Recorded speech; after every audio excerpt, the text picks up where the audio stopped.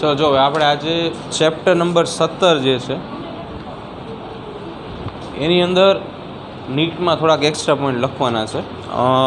એવું લાગે તમે પિન પેજમાં લખો અને આમ પાછળ અટેચ કરી દો, અથવા તમને એવું લાગતું હોય તો ફેરબુકની અંદર પાછળ લખી નાખો ચેપ્ટર 17, બરાબર. એક્સ્ટ્રા પોઈન્ટ ખાલી નીટના આપણે જોવાના છે, તો જો ધ્યાન અહીંયા આપો. હવે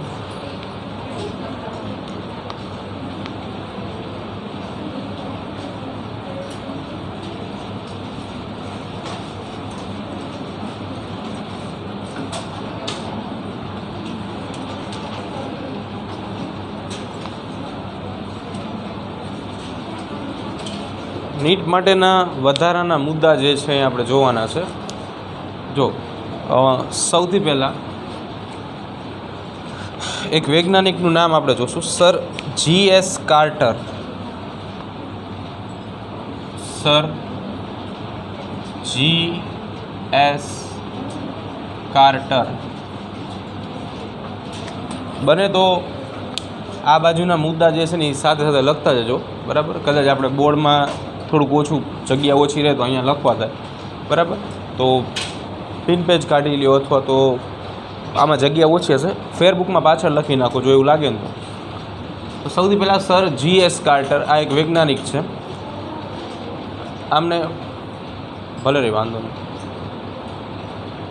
શ્વસનની પ્રક્રિયાને 3 અલગ અલગ ભાગોમાં ડિવાઈડ કરી. એમાં 3 તબક્કાઓ આપ્યા શ્વસનના.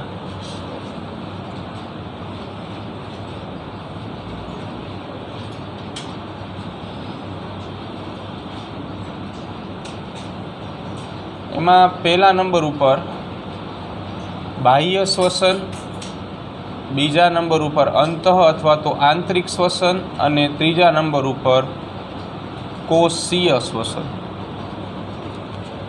હજુ આ શું કહેવા માગે છે? સૌથી પહેલાં આપણે કહીએ બાહ્ય શ્વસન.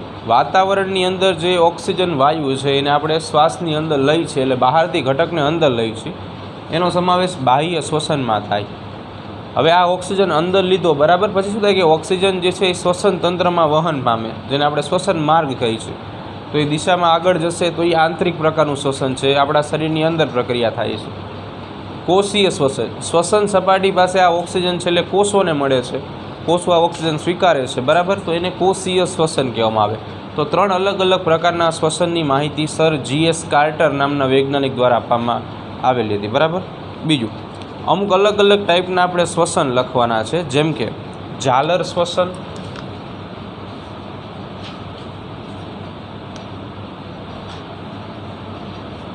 બીજા નંબર ઉપર ત્વચીય શ્વસન,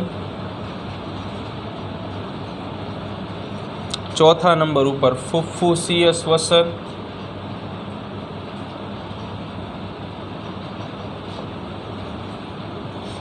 નેક્સ્ટ શ્વાસ નળીય શ્વસન,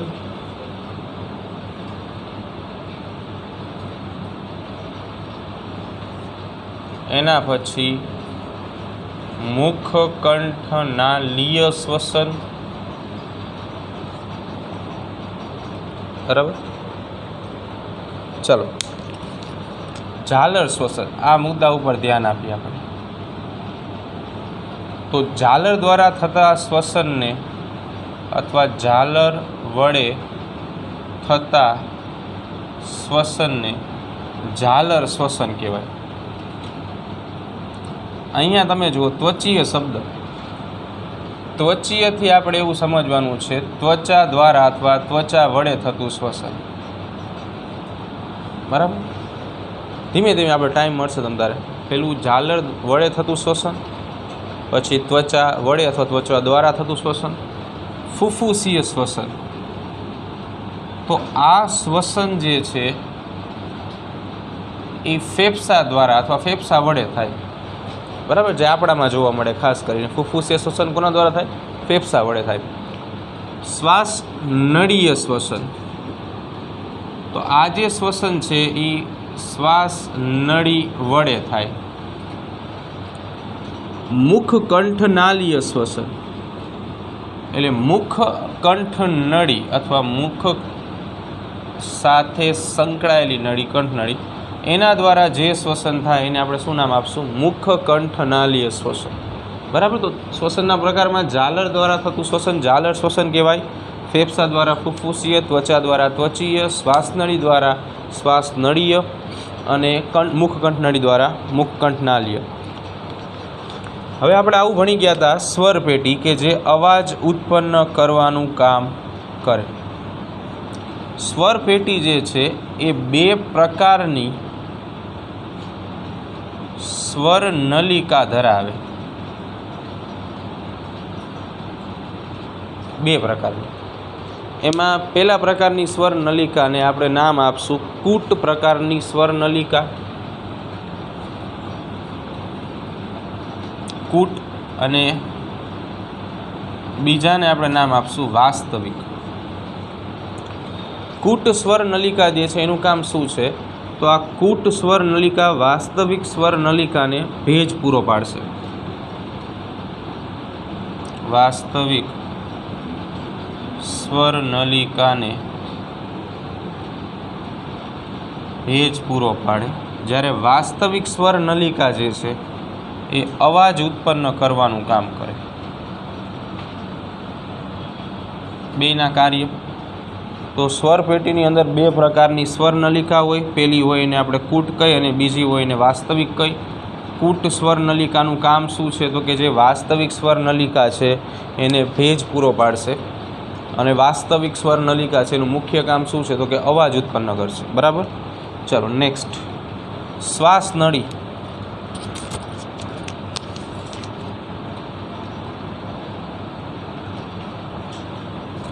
તો શ્વાસનળી જે છે ને એની લંબાઈ 12 સેન્ટીમીટર છે અને એનો વ્યાસ એટલે એને જેને આપણે પહોળાઈ કહી એ 2.5 સેન્ટીમીટર છે. 12 સેન્ટીમીટર લંબાઈ અને વ્યાસ 2.5 સેન્ટીમીટર એટલે એને પહોળાઈ કહી શકાય. બરાબર. વ્યાસ એટલે શું? ગોળ રચના હોય. આ ઉદાહરણ તરીકે ગોળ રચના છે તો આપણે વ્યાસ એટલે આખું ગણી એ જ એની પહોળાઈ ગણવાની હોય. બરાબર. એટલે તમને કદાચ પ્રશ્ન પહોળાઈના સંદર્ભમાં પૂછે તો પણ જવાબ શું આવશે? 2.5 જ આવશે. ચલો, એક નવો શબ્દ હાઇલસ.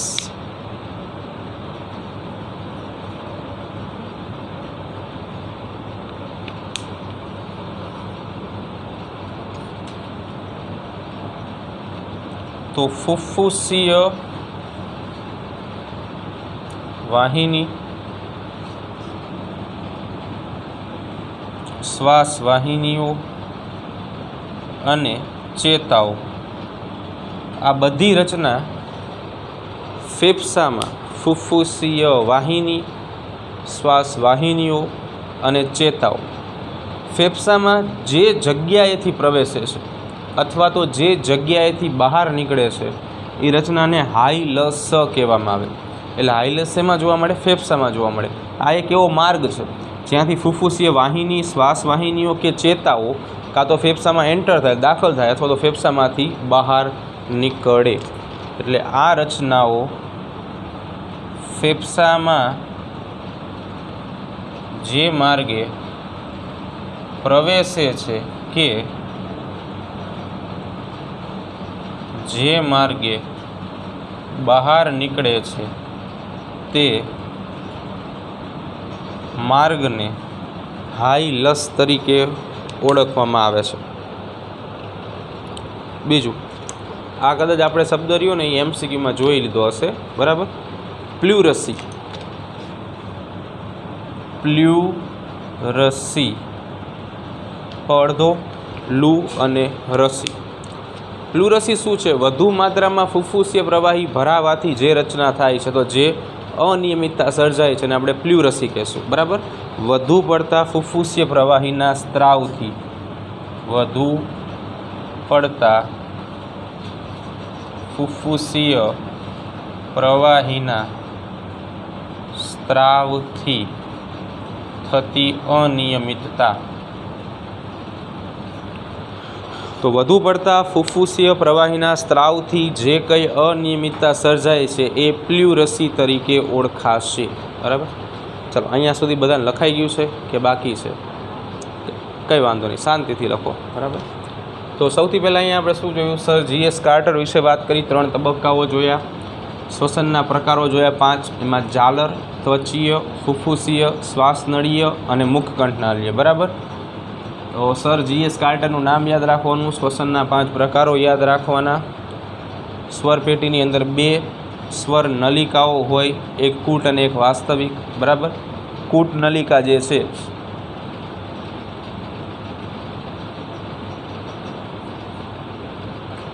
કૂટ નલિકા જે છે એ શું કામ કરે છે? વાસ્તવિક સ્વર નલિકાને ભેજ આપે છે અને વાસ્તવિક શું કરે છે? અવાજ ઉત્પન્ન કરવાનું કામ કરે છે. બરાબર.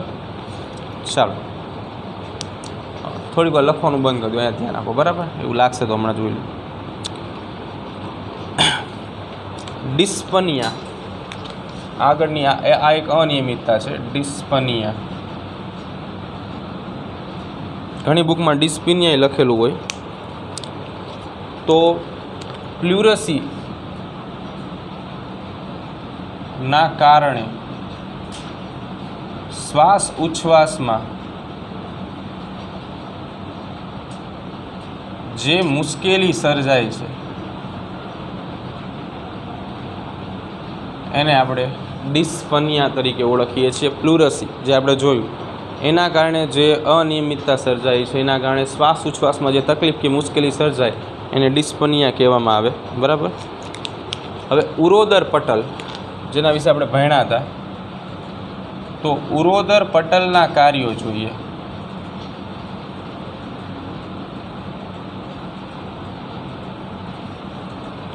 જનરલી આપણે એક કાર્ય એવું જોયું છે કે શ્વાસ ઉચ્છ્વાસમાં આપણે બરાબર ઉપયોગિતા છે, પણ એના સિવાય પણ ઉરોદર પટલના ઘણા કાર્યો છે. તો પહેલો મુદ્દો આપણે જે જોયેલો છે એટલે કે શ્વાસ ઉચ્છ્વાસમાં ઉપયોગી છે.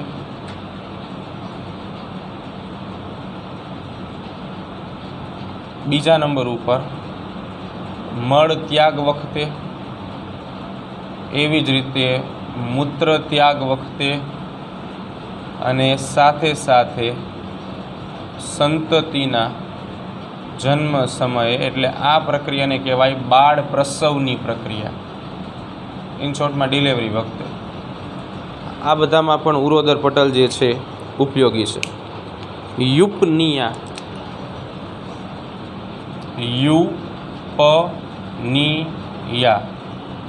શ્વાસ ઉચ્છ્વાસનો ઓછો દર દર્શાવતી પરિસ્થિતિ. શ્વાસ ઉચ્છ્વાસનો ઓછો દર દર્શાવતી સ્થિતિ. જનરલી આપણે એક પોઈન્ટ એવો ભણી ગયા છીએ ગુજરાત બોર્ડમાં કે કોઈ પણ તંદુરસ્ત વ્યક્તિ હોય, સ્વસ્થ તંદુરસ્ત પુખ્ત વ્યક્તિ, એ 12 થી 15 વખત શ્વાસ ઉચ્છ્વાસની ક્રિયા કરે 1 મિનિટમાં. બરાબર. અહીંયા આપણે એક નવો પોઈન્ટ લખાવશું કે કોઈ પણ નવજાત શિશુ છે, શિશુ એટલે બાળક, બરાબર, એ 44 વખત શ્વાસ ઉચ્છ્વાસ કરે 1 મિનિટમાં. કેટલી વખત શ્વાસ ઉચ્છ્વાસ કરશે? 44 વખત 1 મિનિટની અંદર. જે આપણે યુપનિયા વિશે વાત કરતા હતા કે શ્વાસ ઉચ્છ્વાસનો ઓછો દર આ સામાન્ય રીતે નિંદ્રાવસ્થામાં હોય, એટલે કે જ્યારે તમે સૂતા હોય ને એ સમયે. બરાબર. પણ આની કરતાં દર ઘટી જાય, એટલે કે જે નિંદ્રા અવસ્થામાં શ્વાસ ઉચ્છ્વાસનો નીચો દર હોય, બરાબર, એના કરતાં દર હજી પણ ઘટી જાય તો એ અનિયમિતતાને યુપનિયા કહેવામાં આવે. બરાબર. દરમાં અતિશય ઘટાડો થવો. બીજું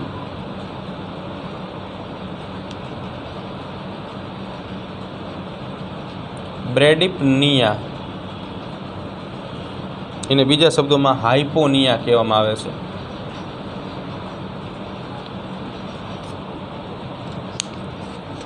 તો બ્રેડિપનિયા કે હાઇપોનિયા જે છે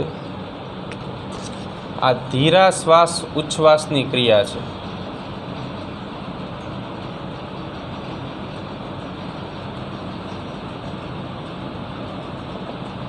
બ્રેડિપનિયા અથવા તો હાઇપોનિયા કહેવામાં આવે. પછી હાઇપરનિયા. જો હાઇપો એટલે ઓછું અને હાઇપર એટલે વધારે. આ હાઇપરનિયા એટલે વધુ પડતા શ્વાસ ઉચ્છ્વાસની અથવા ઝડપી શ્વાસ ઉચ્છ્વાસની ક્રિયા.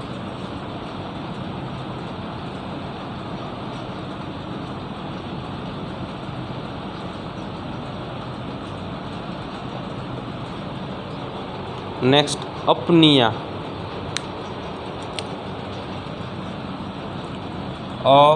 અપનિયા ટૂંક સમય માટે શ્વાસ અને ઉચ્છ્વાસ બંધ થઈ જવાની ક્રિયા. ટૂંક સમય માટે શ્વાસ ઉચ્છ્વાસ બંધ થઈ જવાની ક્રિયા. આપણે એક ઓલો MCQ જોયો તો, યાદ હોય તો, કે કોઈ વ્યક્તિને અકસ્માતમાં ઈજા થાય છે તો આપણે એમાં ઓપ્શનમાં જવાબ એવો લખતા હતા કે શ્વાસ ઉચ્છ્વાસની ક્રિયા બંધ થઈ જાય. આપણે કે છાતીમાં કંઈક વાગે છે, બરાબર, ફેફસાને ઈજા થાય છે, એવો એક MCQ હતો આપણે. હા, તો એ પરિસ્થિતિ અપનિયા તરીકે ઓળખાય, બરાબર. ડિસ્પનિયા,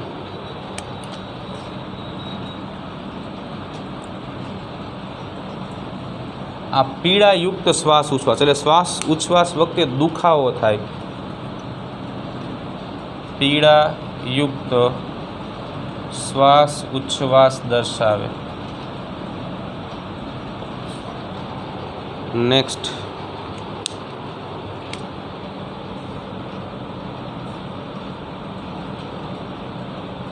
એસિફક્સિયા. તો આમાં શું થાય કે વાયુમાં CO2ની સાંદ્રતા વધારે થઈ જાય અને ઓક્સિજનની સાંદ્રતા ઘટી જાય રુધિરમાં. આના કારણે ગભરામણયુક્ત શ્વાસ ઉચ્છ્વાસ જોવા મળે, કે જે પરિસ્થિતિને એસ્ફકિયા તરીકે ઓળખવામાં આવે છે. હવે જો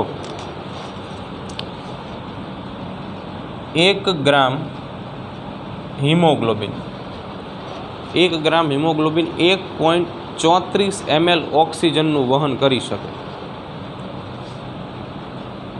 1.34 ml ઓક્સિજનનું વહન કરે.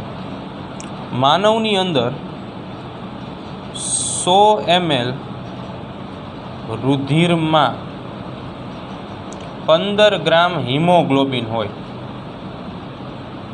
100 mlમાં કેટલું હોય? 15 ગ્રામ હોય.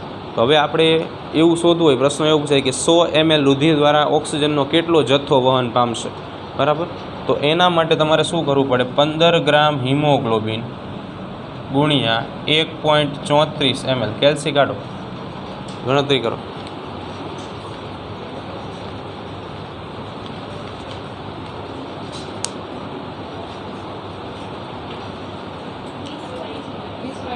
$20.1, બરાબર. તો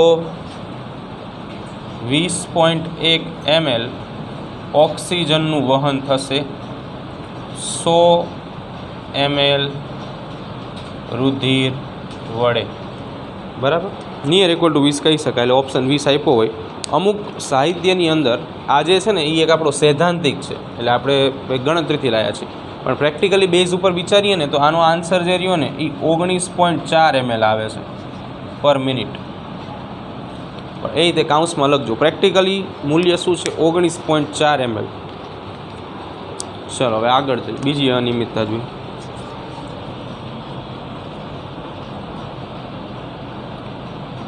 એનોક્સિયા, પછી એક હાઇપો, આ એક જોઈ લે,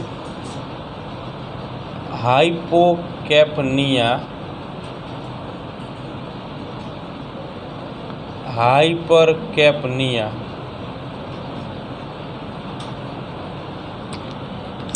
ચલો, એનોક્સિયા પેશીમાં ઓક્સિજનની ઉણપના કારણે આ રોગ થાય. એ રીતે હાઇપોનો અર્થ થાય ઓછું. જો રુધિરમાં CO2ની ઓછી સાંદ્રતા હોય તો શ્વાસ ઉચ્છ્વાસમાં જે તકલીફ પડે એને હાઇપોકેપનિયા કહેવામાં આવે. હાઇપર એટલે વધારે, એટલે એમાં રુધિરમાં CO2ની વધુ સાંદ્રતા હોય, બરાબર, એના માટે હાઇપર શબ્દ વપરાય. એકેપનિયા,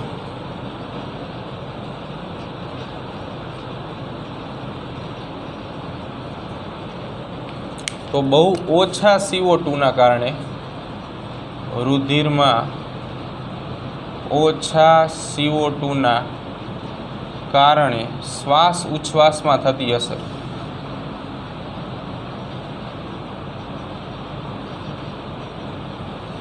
એને એકેપ્નિયા કહેવામાં આવે. હાઇપોપોક્સિયા,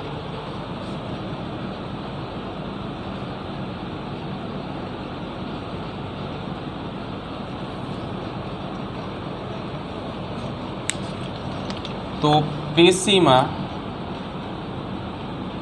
ઓક્સિજનની ઉણપ અથવા તો એની ત્રુટિ કે ખામીના કારણે હાઇપોપોક્સિયા થાય.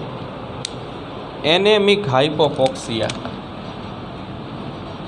એનેમિક હાઇપોક્સિયા, આને બીજા શબ્દોમાં આ રોગને CO ની વિષારિકતા પણ કહેવામાં આવે છે. વિષારિતાનો અર્થ એવો થાય ઝેરી અસર. અહીંયા 2 વાર પો લખાઈ ગયું છે.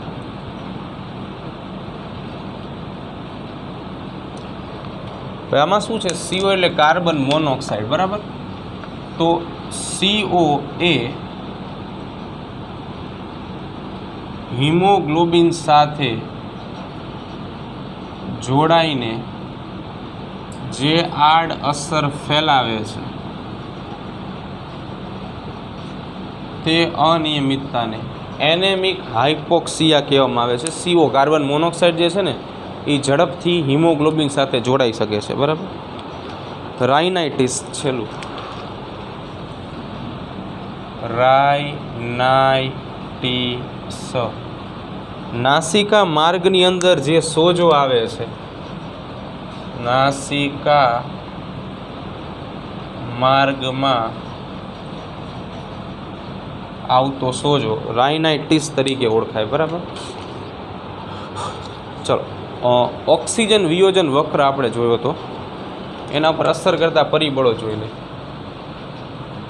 ઓક્સિજન વિયોજન વક્ર ઉપર અસર કરતા પરિબળો.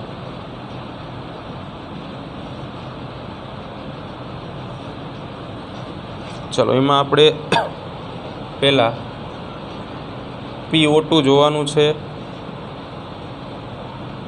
પછી તાપમાન જોવાનું છે. તો PO2 જેટલું ઓછું તો વિયોજન વક્ર જમણી બાજુ ખસે. PO2 ઓછું તો જમણી બાજુ ખસે. ચાલો, તાપમાન જેટલું વધારે હોય એટલું હિમોગ્લોબિન વધુ ઓક્સિજન મુક્ત કરે.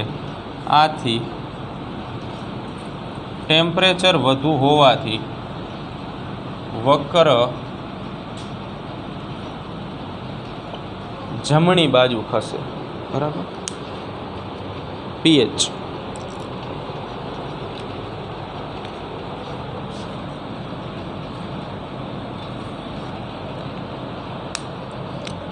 જો CO2 વધારે હોય તો H2CO3 બને. H2CO3 કાર્બનિક એસિડ, એટલે એસિડિટી જે છે એ ઘટે. કેમ કે આપણે જાણીએ છીએ કે એસિડની pH 7 થી હંમેશા ઓછી હોય, એટલે એ ઘટાડો દર્શાવે, બરાબર. એસિડિટીમાં શું થાય? ઘટાડો થાય. અને એસિડિટી ઘટે તો પણ વક્ર જે છે એ જમણી બાજુ તરફ આવે. Next PCO2.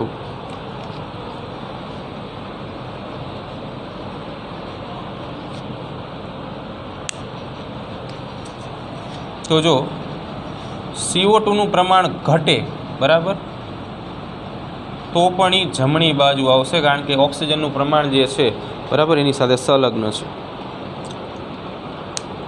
1 2 3 4 થઈ ગયા. 2 અસર સમજી લઈ. એમાં પહેલા નંબર ઉપર આપણે સમજશું રૂટ ઇફેક્ટ, અને બીજા નંબર ઉપર બોહર્સ ઇફેક્ટ, બરાબર. રૂટ અને બોહર બે જ છે. તો ઓક્સીહિમોગ્લોબિનના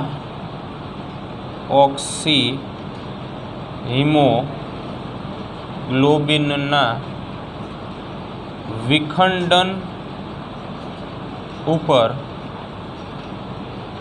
પીએચની અસરને રૂટ ઇફેક્ટ કહેવાય.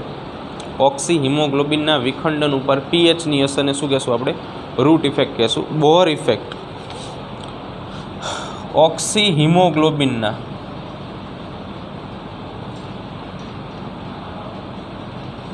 વિખંડન ઉપર CO2 ની સાંદ્રતાની અસરને બોહર ઇફેક્ટ કહેવાય. બરાબર. Kristin Bohr.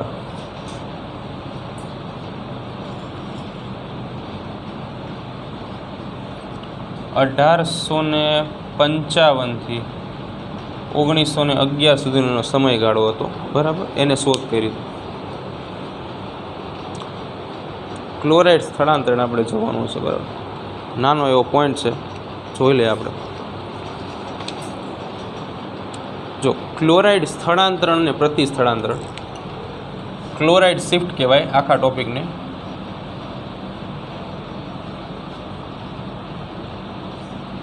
પ્રોસેસ બે બાજુ ચાલે. એક RBCSમાં એટલે કે રક્તકણમાં, અને બીજી રુધિર રસમાં.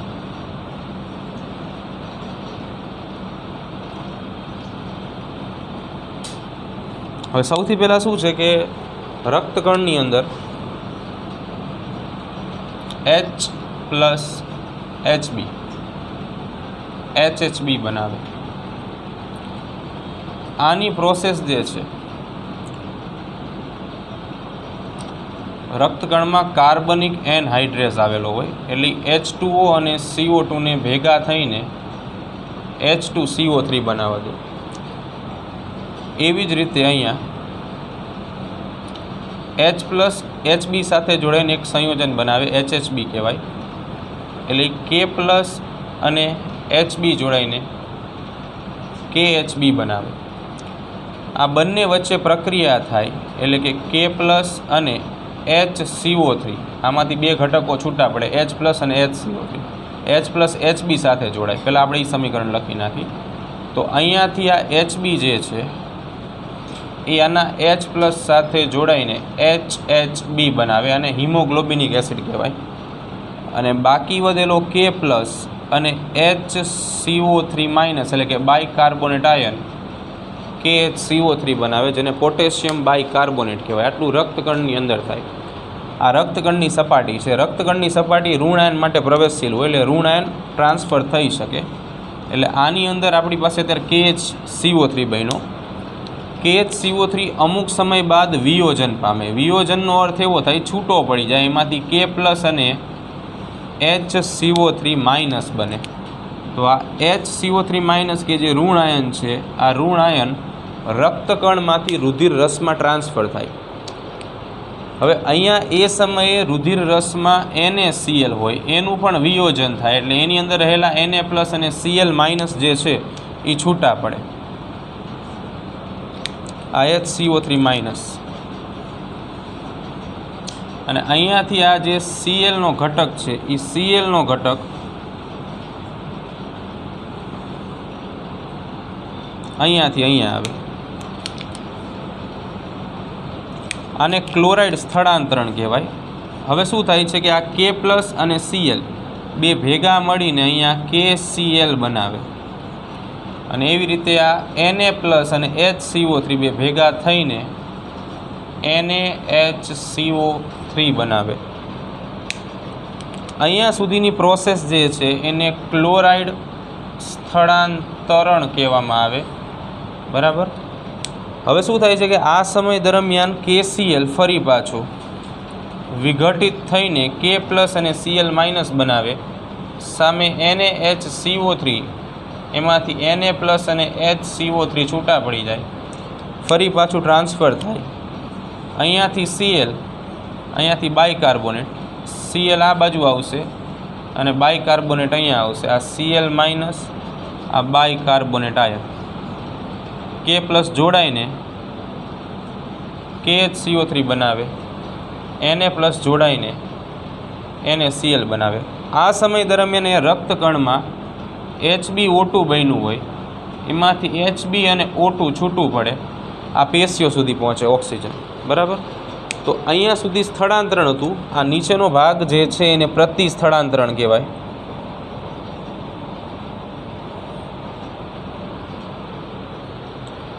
આટલું લખાણું છે ને, આપણે એટલું જ જોતું, વધારે નથી જોતું.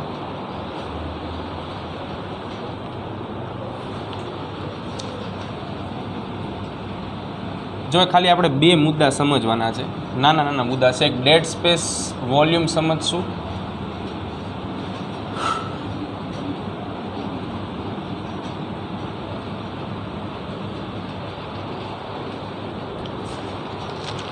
જો બે શબ્દ સમજવાના છે આપણે અમુક. પહેલા નંબર ઉપર આપણે વાત કરીએ ડેડ સ્પેસ વોલ્યુમ. આપણે શ્વાસ ઉચ્છ્વાસ કરી છે સામાન્ય દબાણપૂર્વક, પણ એની અંદર અમુક વાયુનો જથ્થો રહ્યો ને એ પેશીઓ સુધી પહોંચી શકતો જ નથી. તો જે જથ્થો પેશીઓ સુધી નથી પહોંચી શકતો ને એને ડેડ સ્પેસ વોલ્યુમ કહેવામાં આવે. બરાબર. જે વાયુનો જથ્થો પેશીઓ સુધી પહોંચી શકતો નથી તેને ડેડ સ્પેસ વોલ્યુમ કહેવામાં આવે. ડેડ સ્પેસ વોલ્યુમનું કદ 150 ml હોય, 150 ml. બરાબર. આટલો જથ્થો કોઈ પેશીઓને મળે નહીં. બીજા નંબર ઉપર એલ્વેઓલર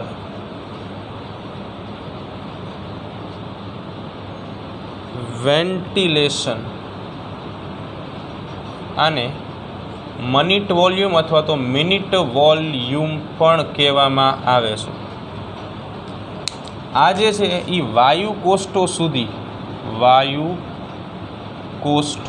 સુધી પહોંચતી તાજી હવાનો દર દર્શાવે છે. તાજી હવા એટલે અહીંયા આપણે ઓક્સિજનયુક્ત હવાની વાત કરવાની છે. બરાબર. એનું એક સૂત્ર છે, શ્વાસ ઉચ્છ્વાસનો દર ગુણ્યા TV minus dead space volume. બરાબર. શ્વાસ ઉચ્છ્વાસનો દર ગુણ્યા TV minus dead space volume. શ્વાસ ઉચ્છ્વાસનો દર કેટલો હોય? સામાન્ય વ્યક્તિમાં 12 થી 16 હોય પ્રતિ મિનિટ, ગુણ્યા ટીવીનું કદ કેટલું હોય? 500 ml હોય, માઇનસ ડેડ સ્પેસ વોલ્યુમ કેટલું હોય? 150 ml હોય. બરાબર. ચાલો ગુણાકાર કરો કેલ્સી કાઢી. 12 થી 16 અને અહીંયા 350 ml વધશે, એટલે 12 ગુણ્યા 350 કરો અને 16 ગુણ્યા 350 કરો. 12 તરી 36, 36 ને કેટલા? 4200 ml થી 5600 ml. આ તમારું આવી ગયું એલ્વેલેશન વેન્ટિલેશન. બરાબર.